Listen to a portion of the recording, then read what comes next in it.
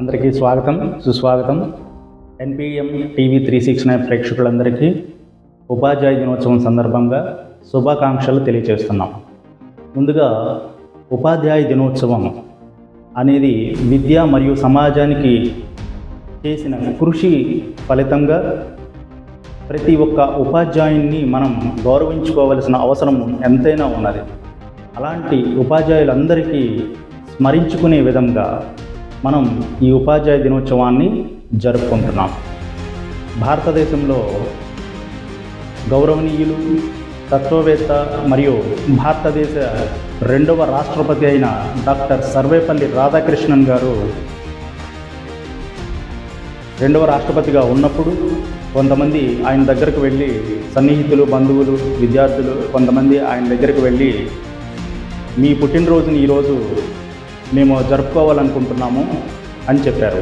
అప్పుడు ఆయన చాలా వినయంగా ఏమన్నారంటే, నిజంగా మీరు నన్ను గౌరవించాలి అనుకుంటే ఈ రోజును మన జీవితాల్లో వెలుగు నింపి మనకి దిక్సూచిలా పనిచేసిన ప్రతి ఒక్క ఉపాధ్యాయునికి మీరు శుభాకాంక్షలు తెలపండి.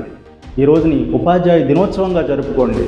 కళాశాలల్లో, పాఠశాలల్లో ప్రతి చోట కూడా మన యొక్క గురువుల్ని గౌరవించే విధంగా ఉపాధ్యాయ దినోత్సవాన్ని మనం జరుపుకుందాం అని చెప్పిన మహోన్నత వ్యక్తి డాక్టర్ సర్వేపల్లి రాధాకృష్ణన్ గారు.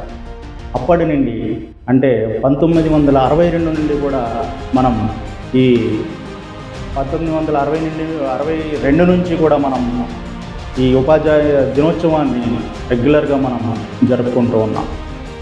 ఉపాధ్యాయులు అంటే కేవలం మన భవిష్యత్తుని తీర్చిదిద్దే వాళ్ళు మాత్రమే కాదు, మన జీవితాన్ని నడిపించి మన యొక్క కలలు, ఆశయాలు ఏవైతే ఉన్నాయో వాటన్నింటినీ నెరవేర్చడానికి తాను వెలుగుతూ కొవ్వొత్తిలాగా కరిగిపోయే మహోన్నతమైన వ్యక్తి ఉపాధ్యాయులు. సో డియర్ ఫ్రెండ్స్, అందరూ కూడా మీ యొక్క గురువుల్ని, ప్రతి ఒక్క గురువుల్ని కృతజ్ఞతాభావంతో ఈ రోజున వారిని స్మరించుకోండి. వారికి శుభాకాంక్షలు తెలియచేస్తారని ఆశిస్తూ మీ ఎన్పిఎం టీవీ 369 ఛానల్ నుంచి మరొక టాపిక్తో మళ్ళీ మీ ముందుకు వస్తాం. Thank you.